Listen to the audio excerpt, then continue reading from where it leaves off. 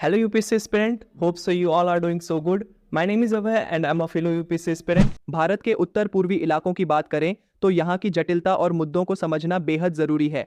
Why North East wants to separate from India एक ऐसा सवाल है जो आज भी बहुत से लोगों के दिमाग में है.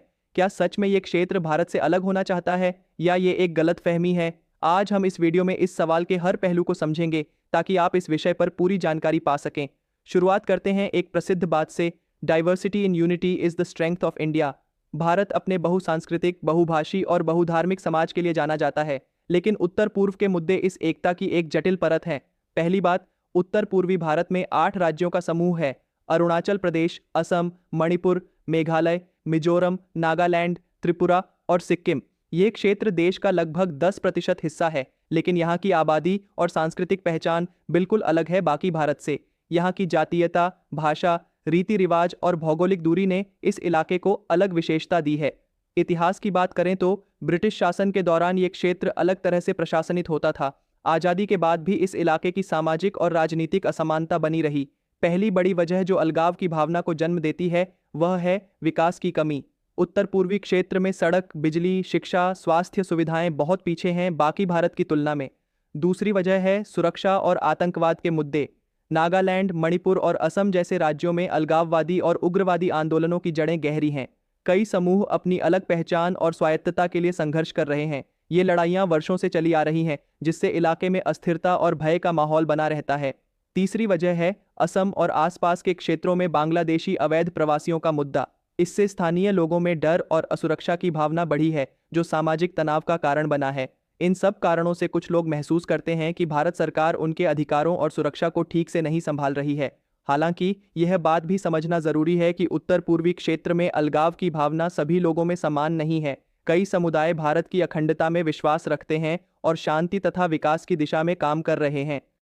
यहाँ एक दिलचस्प तथ्य यह है कि भारत सरकार ने पिछले कुछ वर्षों में उत्तर पूर्वी राज्यों के लिए विशेष आर्थिक पैकेज और निवेश योजनाएं बनाई हैं, जैसे कि एक्ट ईस्ट पॉलिसी, जिसके तहत इस क्षेत्र को भारत के बाकी हिस्सों और आसियान देशों से जोड़ने का प्रयास हो रहा है. लेकिन फिर भी ग्राउंड लेवल पर इन नीतियों का असर धीरे धीरे ही दिखता है.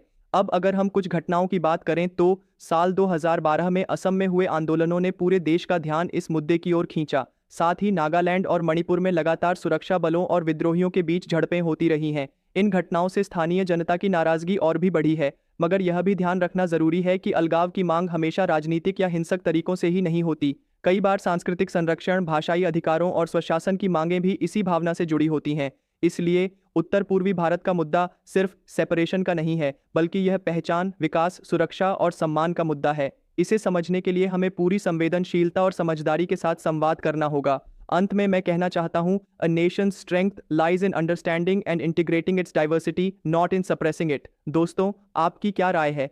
क्या उत्तर पूर्वी भारत को और ज्यादा स्वायत्तता मिलनी चाहिए या हमें इसे पूरी तरह से भारत के साथ जोड़कर विकास की राह पर ले जाना चाहिए? अपने विचार नीचे कमेंट में जरूर लिखें. अगर आपको यह वीडियो पसंद आया हो तो इसे लाइक करें, चैनल को सब्सक्राइब करें और नोटिफिकेशन बेल दबाएं ताकि आप ऐसे और थॉट प्रोवोकिंग वीडियोस देखते रहें.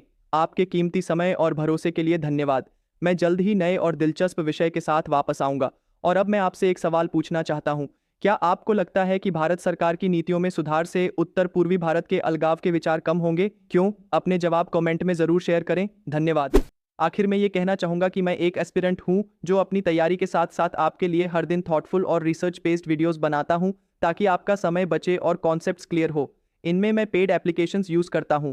ना तो कोई टीम है, ना ही कोई स्पॉन्सर, सिर्फ मैं हूं और मेरा डेडिकेशन. हर दिन वीडियो बनाना मुश्किल होता है, लेकिन आपकी लर्निंग के लिए मैं लगातार मेहनत करता हूं. अगर आपको लगता है कि ये एफर्ट आपकी प्रिपरेशन या नॉलेज को एनरिच करता है तो प्लीज़ यूपीआई स्कैन करके सपोर्ट जरूर कीजिए. आपका छोटा सा कंट्रीब्यूशन मेरे लिए सिर्फ फाइनेंशियल हेल्प नहीं बल्कि मोटिवेशन भी होगा.